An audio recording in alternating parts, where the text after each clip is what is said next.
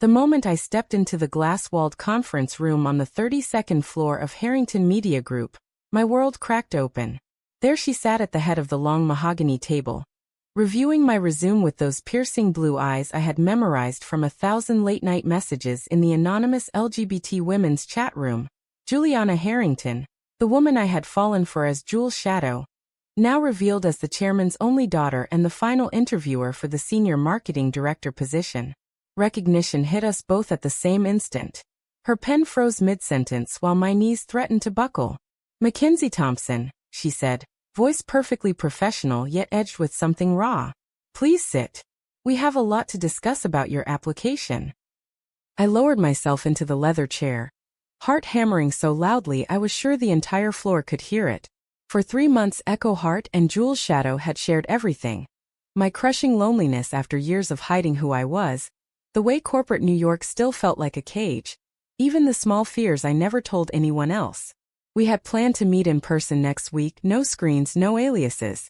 Instead here we were, and the assistant who had ushered me in had casually dropped the bomb. "Miss Harrington, the chairman's daughter, will be handling the final round herself."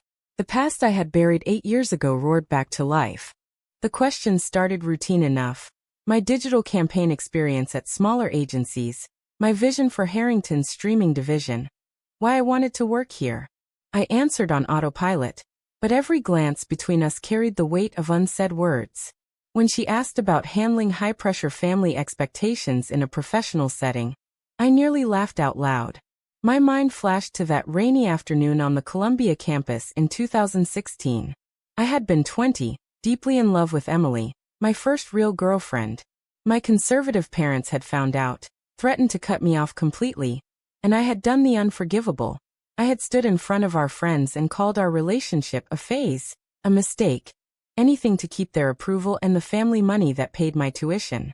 Emily had walked away in tears, and I had carried the guilt like a second heartbeat ever since.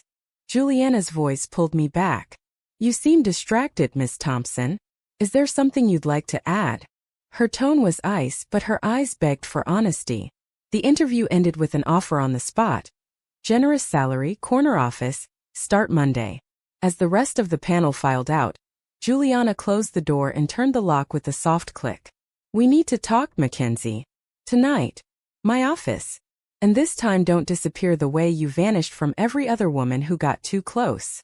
I left the building into the biting November wind off the Hudson, the city lights blurring through sudden tears. The woman I had been falling for in secret was the heir to an empire, and the pattern I had sworn never to repeat was already closing around me again. The rest of the afternoon blurred into a haze of paperwork and orientation packets, but my mind kept replaying the chat messages. Jules Shadow had told me she grew up under impossible expectations, that her father expected perfection and silence about anything that didn't fit the Harrington image. I had comforted her without ever suspecting she was talking about the same world I was about to enter. By 6 o'clock I was back on the 32nd floor, the open plan office mostly empty. Juliana's corner office glowed with soft gold light.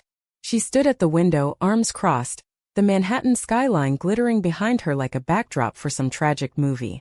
"You knew," she said without turning around. "Or you figured it out the second my name was mentioned." "I didn't know until the assistant said chairman's daughter. I swear, Juliana.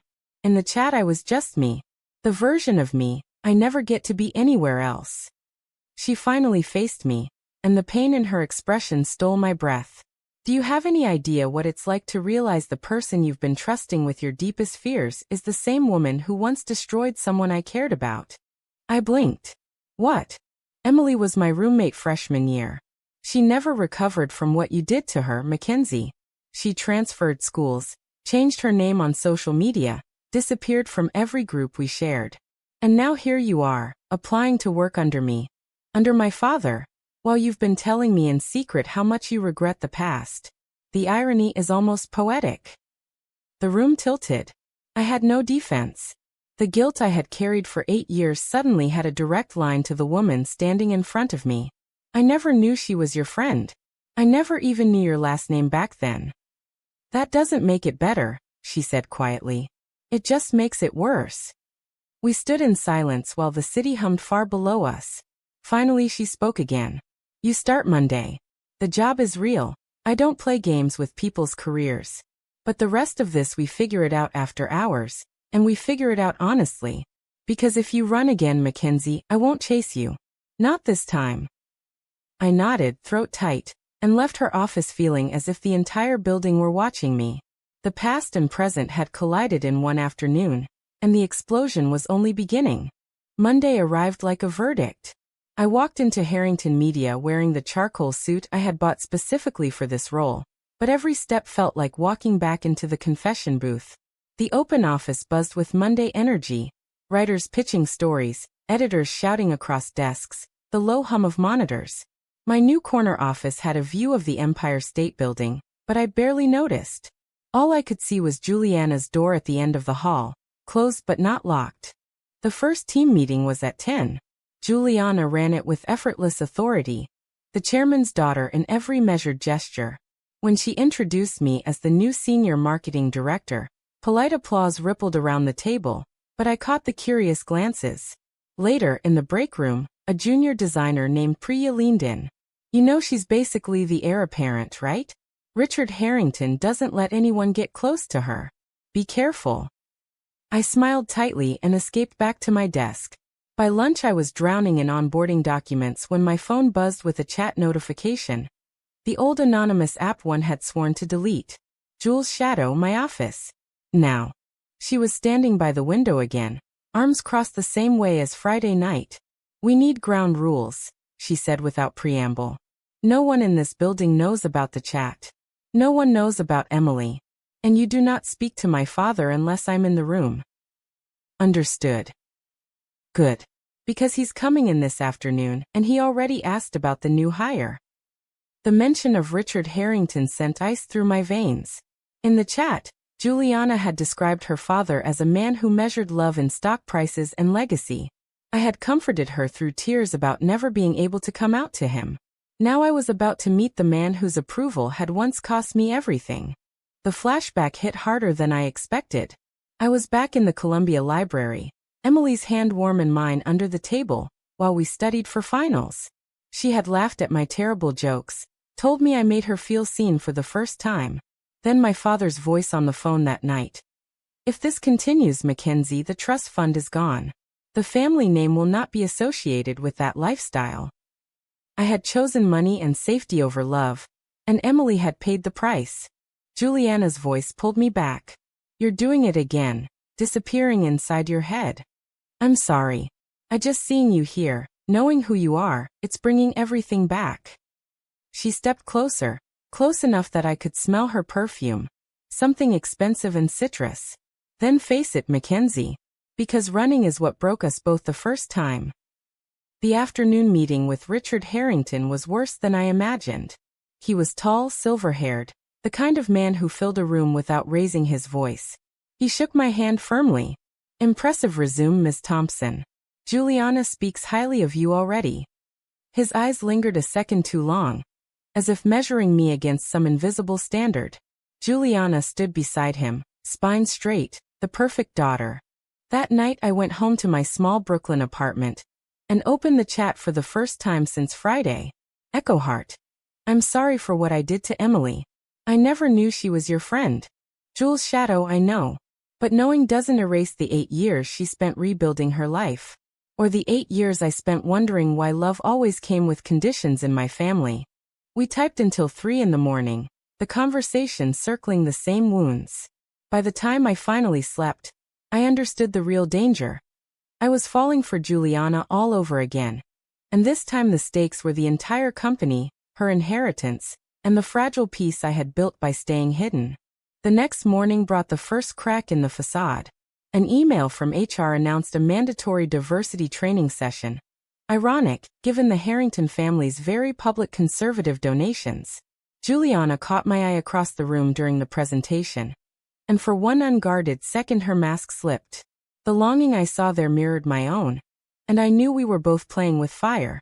The diversity training turned into a battlefield no one else could see. The facilitator droned about inclusive language while Juliana and I sat 3 seats apart, pretending the air between us wasn't electric.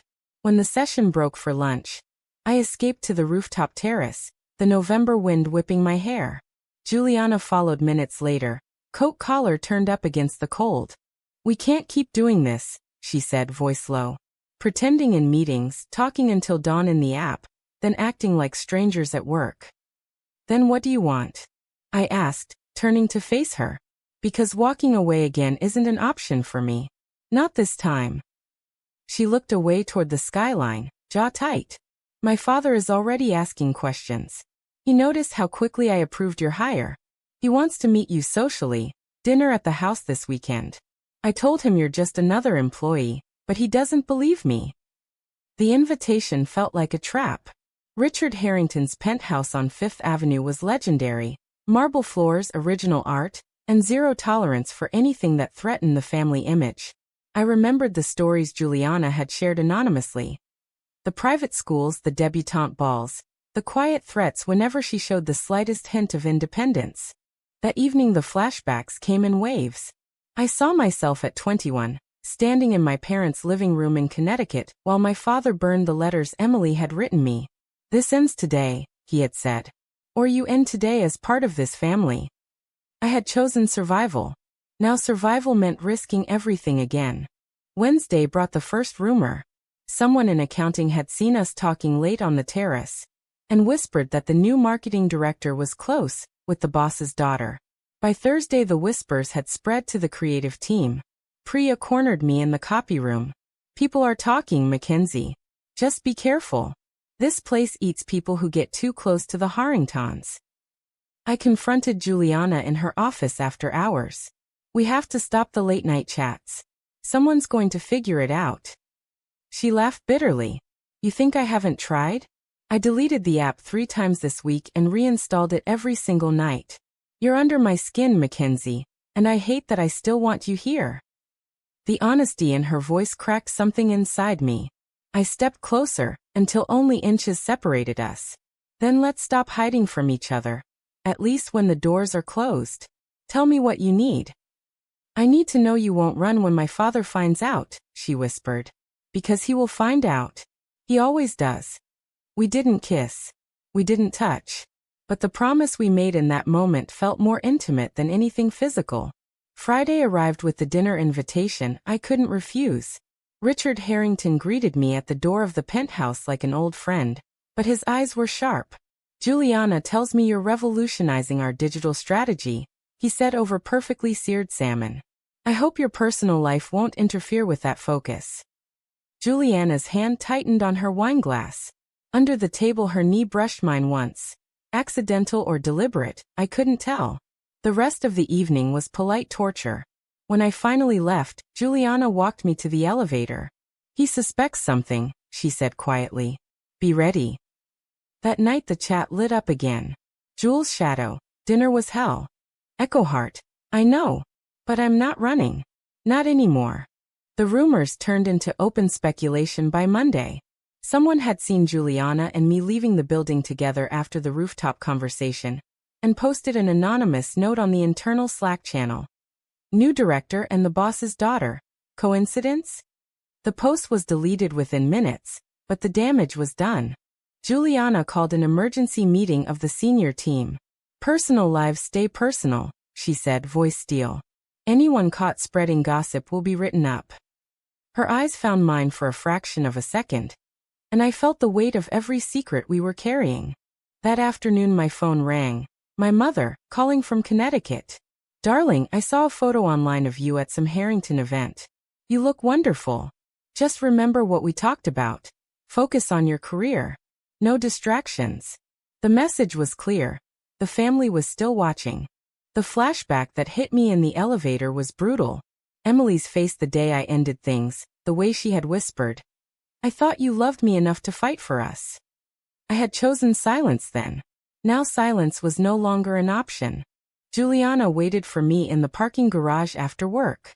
"My father wants a full background check on you," she said without preamble. "He's already running it. We have maybe 48 hours before he connects the dots to Emily and to us." "Then we tell him the truth," I said, surprising myself. Her laugh was sharp. "You don't understand. He cut off my cousin when she came out. Wrote her out of the will. I'm the only child. The company, the legacy. Everything rests on me staying the perfect daughter. And what about you? I asked. What do you want? For the first time she looked truly afraid. I want the woman I fell for in the chat. But I don't know if I'm strong enough to have her in real life. We drove to a quiet bar in Brooklyn, somewhere no one from the company would ever go. Over cheap whiskey we laid everything bare. The college years, the guilt, the years of hiding, the way the anonymous chat had felt like breathing for the first time. When we finally left, the city was quiet and cold. At my apartment door Juliana hesitated. I'm scared, Mackenzie. So am I. But we're scared together now. Tuesday brought the explosion. Richard Harrington summoned both of us to his office. The background check had turned up old social media posts linking me to Emily, and a clever investigator had found a single blurry photo from a college party showing us together. Explain this, he demanded, sliding the printout across the desk. Juliana's face went white. I stepped forward. It's my past, sir. It has nothing to do with my work here. It has everything to do with it if my daughter is involved, he snapped. I will not have this family's reputation dragged through another scandal. The confrontation lasted 20 minutes. When we finally left his office, Juliana was shaking. He's giving me 1 week to fix this. Meaning end it or lose my position in the company. That night the LGBT chat room, still anonymous to the outside world, became our only safe space again. But this time the messages carried a new urgency. We were no longer hiding from each other. We were hiding from an entire empire. The week Richard Harrington gave us became a countdown. Every meeting felt like a performance. Every late night in the office carried the risk of discovery. On Thursday the internal newsletter ran a profile on me that somehow included the line, known for keeping a low personal profile. The subtext was unmistakable. Juliana found me in the copy room after lunch. We're leaking, she said under her breath. Someone in legal saw the background report. The rumor mill is on fire. Then let's stop performing, I replied. Come out with me. Publicly. Not just to your father, to everyone. Her eyes widened. You're asking me to risk everything I've built. I'm asking you to choose yourself for once. That evening we met at a small lesbian bar in the village. The first time we had ever been in public together as more than colleagues. The music was loud, the lights low. And for 2 hours we danced like no one was watching. When we finally stepped outside into the cold, Juliana pulled me into the shadow of a doorway and kissed me, soft, desperate. 8 years of waiting in one moment. The next morning the photo appeared on a gossip site. Harrington heiress spotted with new marketing director. Is history repeating? The article linked back to Emily's old name and my college past. By noon the entire company knew. Richard Harrington called us both in. You have embarrassed this family for the last time, he told Juliana. Clean out your desk. The board will vote on your removal Monday. Juliana stood taller than I had ever seen her. Then I'll start my own company. With Mackenzie. And we'll do it right, honestly. The confrontation that followed was brutal. Accusations flew. Old wounds opened. When we finally left the building, security escorting us, Juliana was crying but smiling through the tears. I'm free, she whispered. For the first time I'm free. The LGBT community online exploded with support and judgment in equal measure. Some called me a predator for my past. Others hailed Juliana as a hero for choosing love over legacy. The noise was deafening. But in the quiet of my apartment that night we held each other and made a promise. No more running, no more hiding. The following months were a whirlwind of starting over. Juliana and I launched a small digital media firm focused on authentic LGBTQ+ storytelling, something her father would never have approved. The first few clients were hesitant, but word spread. Slowly, the wounds began to heal. I still woke up some nights with the old guilt heavy on my chest. Emily had reached out once, a short message wishing us well. Forgiveness wasn't instant, but it was possible. Juliana's relationship with her father remained fractured. Yet she visited him on Sundays, refusing to let the empire completely erase her. One crisp spring evening we stood on the Brooklyn Bridge, the city lights reflecting on the water. Juliana turned to me, wind tugging at her hair. I used to think love meant choosing between who I was and who they wanted me to be. You showed me it doesn't have to be either or. I pulled her close. And you showed me that redemption isn't about erasing the past. It's about building something better because of it. The company grew. We hired Priya as our first creative director. The anonymous chat room that had started everything became a private channel we still use sometimes. Just the two of us, reminding each other where we began. Life wasn't perfect. The press still circled. My family sent polite but distant cards. Yet every morning I woke up next to the woman who had once been only a username. And every morning I chose her again. True or false? Denying your true self to appease family pressure can ever truly protect the people you love?